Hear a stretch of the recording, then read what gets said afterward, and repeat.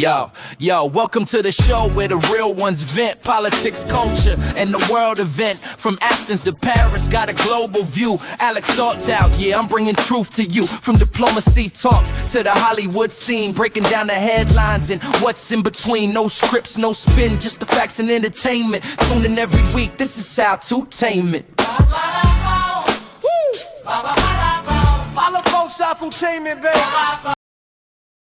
So, ladies and gentlemen, good morning, good afternoon. Today we're going to do a small sort of monologue analysis on the greatest general there has ever been. The greatest philosopher king, the son of Zeus himself, the demigod Alexander the Great. I found this great video on YouTube. It's cartoonish. Let's go ahead and analyze it. From Zeus himself, a demigod in the flesh, he tamed an unbreakable wild stallion. So it starts off with Cephalus. The unbreakable wild stallion, and the wild stallion.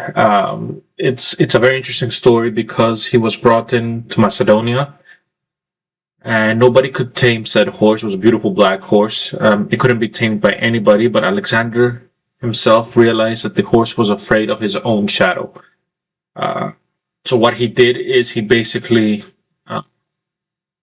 turned the horse's head and sort of put those things where they can only see one way, and it focused away from its shadow and started becoming calmer. And from that point onwards, Cephalus became Alexander the Great's horse.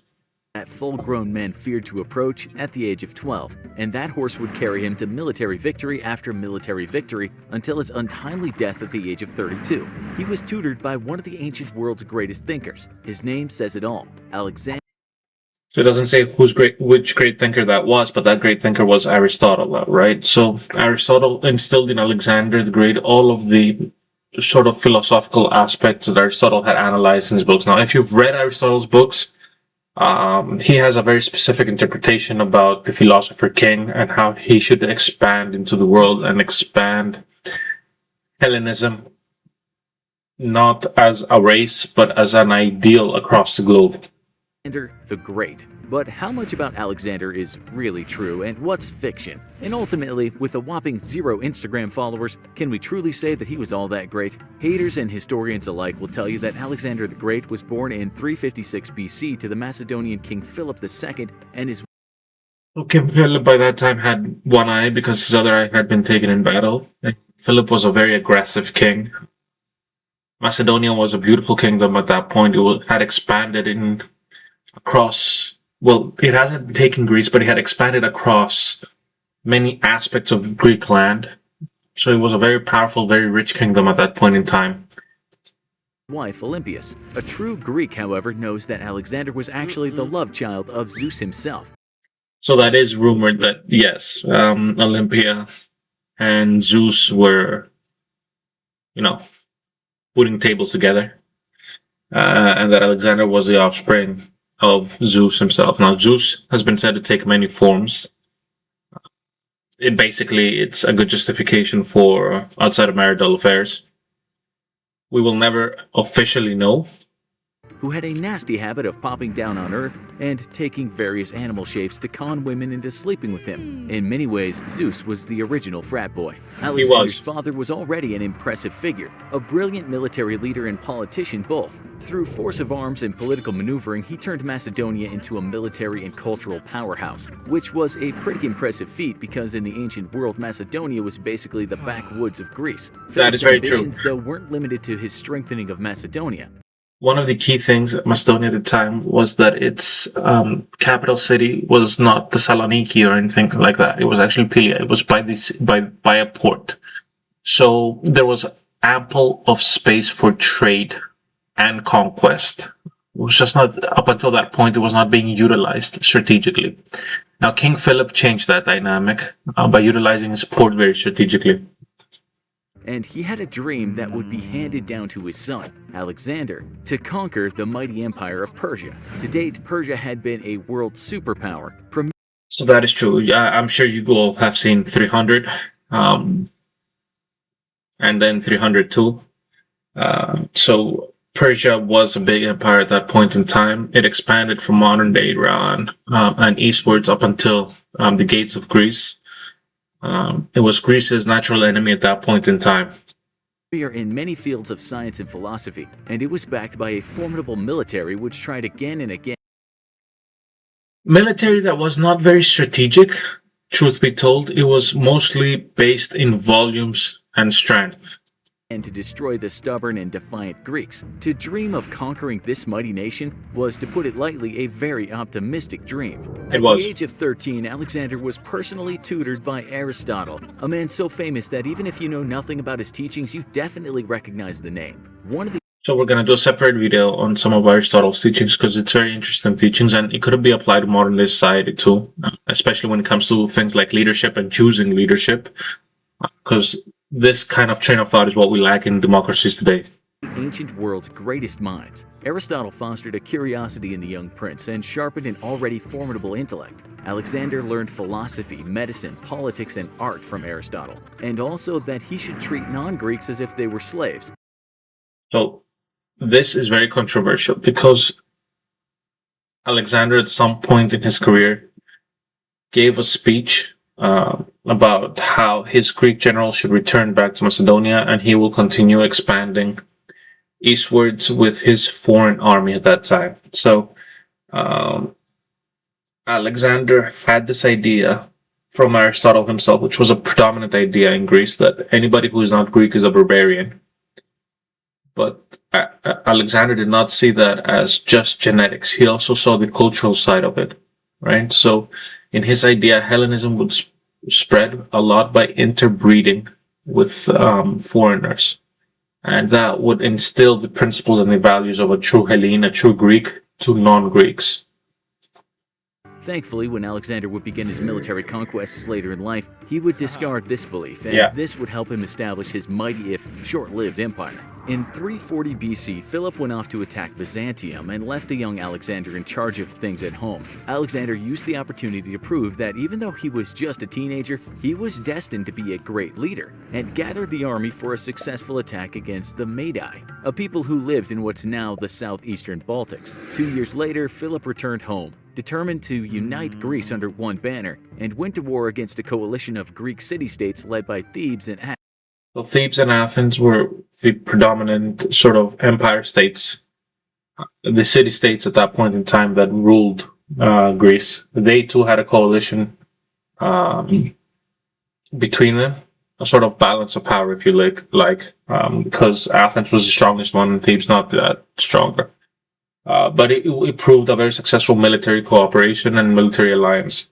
Athens. In that battle, Alexander led the cavalry to a triumphant defeat over the legendary Sacred Band of Thieves, a fighting force made up of 150 pairs of lovers. The victory catapulted an already popular Alexander to new heights of popularity with the Macedonian military. So yeah, again, we see this sort of train of thought that he was sent from the gods at that point in time over and over repeatedly. So the cross here is a mistake. Christianity did not exist at that point in time, but basically, Alexander knew that there were rumors being spread about him being the offspring of Zeus and demigod, and his very strategic victories helped enhance this rumor and spread this rumor even further, that he was destined to be a great leader. And it did have an impact into his people, right? His popularity rose to new heights.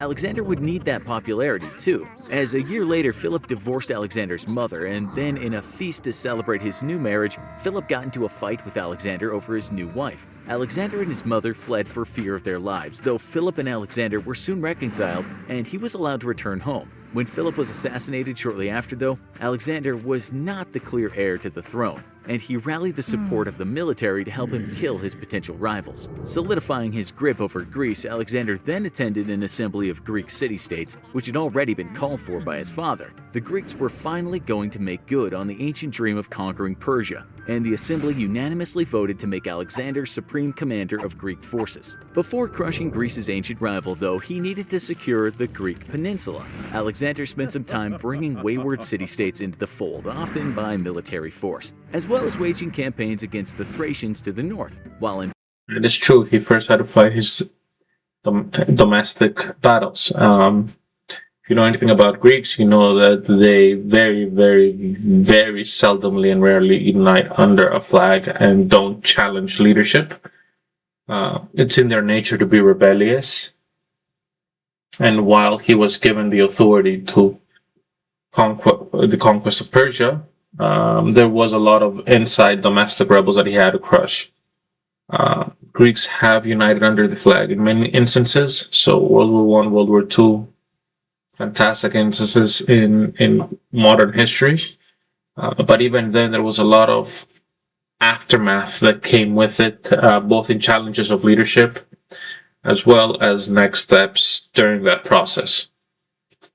Battle, though, rumors of his death circulated back in Greece, and the city-state of Thebes used the opportunity to revolt. As many other Greek city-states favored Thebes over Alexander, support for the fledgling rebellion flowed in, especially from Athens. Upon hearing of the brewing revolt, Alexander forced a hard march on his troops, traveling an astounding 240 miles in just 2 weeks to the gates of Thebes. The Thebans, however, refused to rejoin Alexander, and he was forced to lay siege to the city, ultimately burning it to the ground and selling off any survivors into slavery. With the rest of the city-states terrified at the treatment of Thebes, they quickly fell in line. And in an act of generosity which would earn him some favor with the Greeks, he forgave Athens' betrayal. Leaving behind 3 garrisons, Alexander was now free to take on Persia. By comparison, Greece was tiny versus mighty Persia, but Alexander was confident that his men were better trained and equipped. His superior troops would outweigh Persia's superior numbers. So they were better trained because ancient Greece, all of its city-states, notably Sparta, but all of its city-states put a strong emphasis on military training. At the same time, Alexander, being trained by Aristotle, was supreme in terms of military strategy to the Persians.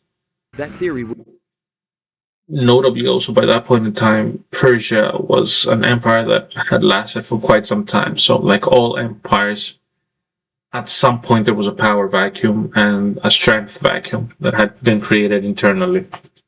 Would be put to the test in 333 BC, when Alexander's forces met with a massive Persian army led by the new king Darius III. Alexander's belief that his superior troops could win out over superior numbers was well-founded. The Persians had largely become complacent in the last century, and their military forces suffered from a noticeable lack of discipline, as well as a lack of cavalry. Alexander, by comparison, fielded an army comprised of archers, javelin throwers, infantry, and heavy cavalry. His mastery of what was in that day combined arms warfare saw him utterly crush the Persian forces laid out against him. With defeat inevitable, the Persian king fled the battlefield with the few forces that he could muster into a hasty withdrawal. Darius III was so hasty in his retreat that he even left behind his own wife and family, and his... So this was a huge triumph for the Greeks, right?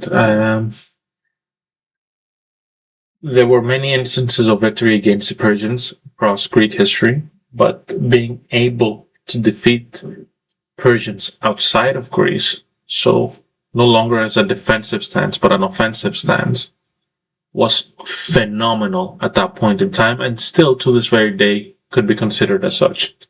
His mother was so ashamed of him that she disowned him publicly and adopted Alexander as her own son. This gesture would be paramount to Alexander's cementing of his grip on what was formerly the Persian Empire. Over the next few years, Alexander would continue to push east and south, striking deep into the Persian Empire and taking Egypt. Time and again, Darius sued for peace, and Alexander rejected each overture. At last, he forced a confrontation with Persia's king at Gaugamela in 331 BC, and faced off against another large Persian force. The fighting was intense, each side knowing they were fighting for total victory and the fate of Persia. Ultimately, though, Alexander's forces would be triumphant, and once more Darius fled the battle. This time, though, his own men caught and killed him for his cowardice. Alexander, however, proved to be honorable, and upon finding Darius's body, he gave the former Persian king a royal funeral. An act of a demigod, an act of the son of God, right? So, doing such an act basically would solidify his nobility status as grandiose and as something beyond just a military strategist and warlord. Sources also state that he punished the murderers for daring to strike down their king. With Darius dead, Alexander was free to claim the throne of Persia for himself, except another Persian leader, Bessus, had already claimed the throne for himself. This would prove to be what historians call a slight miscalculation. Alexander's forces pursued Bessus and his army until finally Bessus' own troops captured him and handed him over to the Greeks. Bessus was tortured and killed, and Alexander was finally king of Persia. The empire that had threatened Greece for centuries was now at last itself a Greek territory. In order to secure his hold on Persia, Alexander granted large amounts of freedom to Persian territories, even allowing them to govern themselves in exchange for loyalty to him. He did not force conversions of Persian culture or religion, the way most rulers did back in his day. Instead, he pursued interbreeding, so inevitably they would fall under Greece because they would be raised as Greeks. And instead actually adopted many Persian customs for himself. This made him very popular with the Persians, although it made him just as unpopular with his own Macedonian troops. One of the generals and close friends drunkenly insulted Alexander's adoption of Persian culture, and in a fit of rage, Alexander killed him. This proved to further drive a wedge between him and his native Macedonians. That is true. Very, very true. His people did not like that at all. Even though he made them incredibly rich, wealthy, and many of them landlords by this point of time, so they were no longer just soldiers, they immediately began to challenge his grand plan. That further conquests would help stabilize his political situation and further feeding his appetite for glory, Alexander rallied his forces once more and marched on India. Many tribes surrendered to Alexander without a fight, and in exchange, he once more granted them many freedoms that other conquerors wouldn't have given them. In 326, though, Alexander faced King Porus of Parava, whose army was less experienced but packed a super weapon, the war elephant. That is true. Initially, the war elephant sowed fear and devastation upon Alexander's army, but the big beasts were vulnerable to Alexander's lightning-fast cavalry. The elephants were brought down, and Alexander secured defeat. His troops, though, completely exhausted, refused to continue with Alexander's plan to push further into India and seize all of it. Instead, Alexander wisely chose to let his troops rest. Though the Greeks had been enriched greatly off Persia's vast wealth, they resented the Persians after centuries of warfare. Knowing that he would never hold on to his new empire unless he could unite the two sides, he forced the mass marriage of his Greek officers to Persian princesses. Right? So the next generation would be half Greeks, half Persians, and the generation after that would probably be 75% Greek and 25% Persians. So Hellenism would spread based on interbreeding, not just cultural superiority. So this was something unique at that point in time, and it was absolutely phenomenal to see a leader do this, hoping that their sons and daughters would be explicitly loyal to him. This move turned out to be even more unpopular, and many Greeks threatened to mutiny until Alexander replaced them with Persian officers and soldiers. Not wanting to be left out of future spoils, his troops backed off their threats to mutiny. So, yeah. I mean, he did challenge their pockets by a lot, and he found himself openly telling them, there's a great speech by him somewhere, we're going to analyze it in a separate episode, where he says, go ahead, leave, I'll take my foreign soldiers and we will continue our conquest, but you will be stripped of your spoils. Your loans have been paid, and this is how you repay me. And he basically, there's two things about the Greeks, right? And this goes from antiquity up until now. You either fill their pockets up, which is what the Ottomans did when they ruled Greece. You either lead by force, which is what the junta did in Greece. Or you capitalize on past victories, past glory, and then you weaponize that and you focus on something Greeks called philotimo, so their sense of honor and glory on what has been given to them. On most chances, most often than not, even though currently in the current situation it's detracting, it was a very, very, very strong, emphatic sort of feeling that the Greeks would get that they owed this man a favor. So for every good that has been done to them, they should repay it one way or another. And in an attempt at reconciliation, Alexander threw a fantastic banquet for all and returned all military titles and honors to the mutinous officers. Alexander's conquest of Persia and forays into India helped spread Greek culture and influence across the ancient world, as well. So there are specific places in Afghanistan, for example, or India that you go to and you see blonde people with blue eyes, and they will repeatedly say that we are the offsprings of Alexander the Great. We are. I don't know if they're actually the offsprings of Alexander the Great. It could be from his generals or his soldiers, but there are strong Hellenistic elements within them.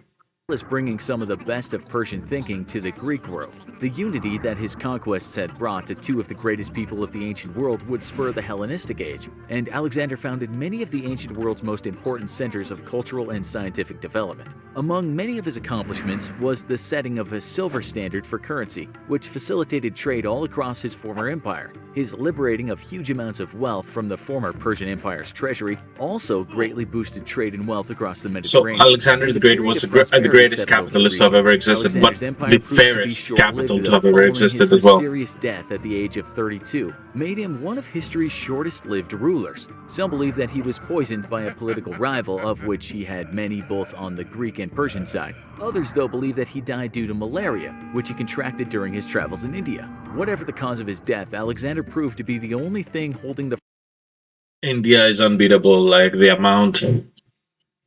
From that point in time till today, you cannot travel to India without contracting something.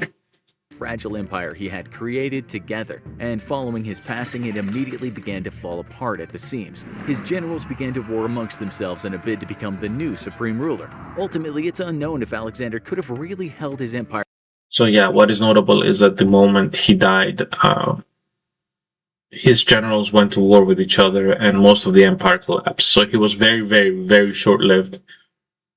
But for those 20 years that he was, because I'm counting it from the teenage time that he started his military expeditions up until now, he was one of the greatest military leaders of antiquity. Together, even if he had lived. His conquests had brought together many disparate peoples under one banner, most of them who did not share a common culture. Even while he was alive, his empire strained and groaned under the pressure of revolution, and it was only his political shrewdness along with savagery against his political enemies that kept it together while alive. How long could this have lasted, though, remains a doubt, and ultimately it's likely even if he had not died from disease or poison, it would have eventually imploded anyway. For more crazy stories about I disagree with this. I don't think it would have imploded at all. I think that he would have had adopted a form of decentralized leadership, as he had already started to do. And the moment he saw some turbulence, he would have had specialized units and task force that would have just immediately replaced the leadership at the decentralized land and sort of replaced it with something that would have been more friendly towards him. That being said, the beauty of Alexander does not necessarily lie on how vast his empire was. It's one aspect of it, but it lies a lot on his socio-political and cultural thinking. He realized that, and some would argue against this, that he realized that power, influence, and he probably the first one to realize this, cannot just be spread by hard power, military, could also be spread by soft power, weddings, interlock, setting a gold standard, trade, living well, prosperity. And this made him a very popular king to the Persians, who had seen glory, many great cities, big buildings, etc., but had not seen prosperity into their own pockets. So he filled people's bellies up. He gave them a purpose to interbreed and adopt this Hellenistic thinking. And he truly became a philosopher king because his ideals were that beyond what was envisioned as a nation state at that point in time. So he envisioned something beyond that, and that is significantly important in understanding the modus operandi of Alexander the Great. That being said, I personally feel that had he had stayed and lived a little bit longer, he would have expanded all the way eastwards. He would have conquered all of the East. And crossing into the Pacific, I feel that he would have eventually found himself into the modern-day United States. So Hellenism would have seen a point of influence that would have been beyond comprehension. If he was poisoned, it's a shame that he was poisoned by his own generals, because a small power struggle basically destroyed Hellenism on a global scale. If he contracted malaria, then damn Indians are everywhere. But that being said, the impact he had for those 20 years that he was in conquest are absolutely phenomenal and make him by far one of the greatest leaders to have ever existed. I hope you like this. If you have any questions, concerns, feedback, I'd really appreciate it so we can, get the ball rolling even further. Have a good day.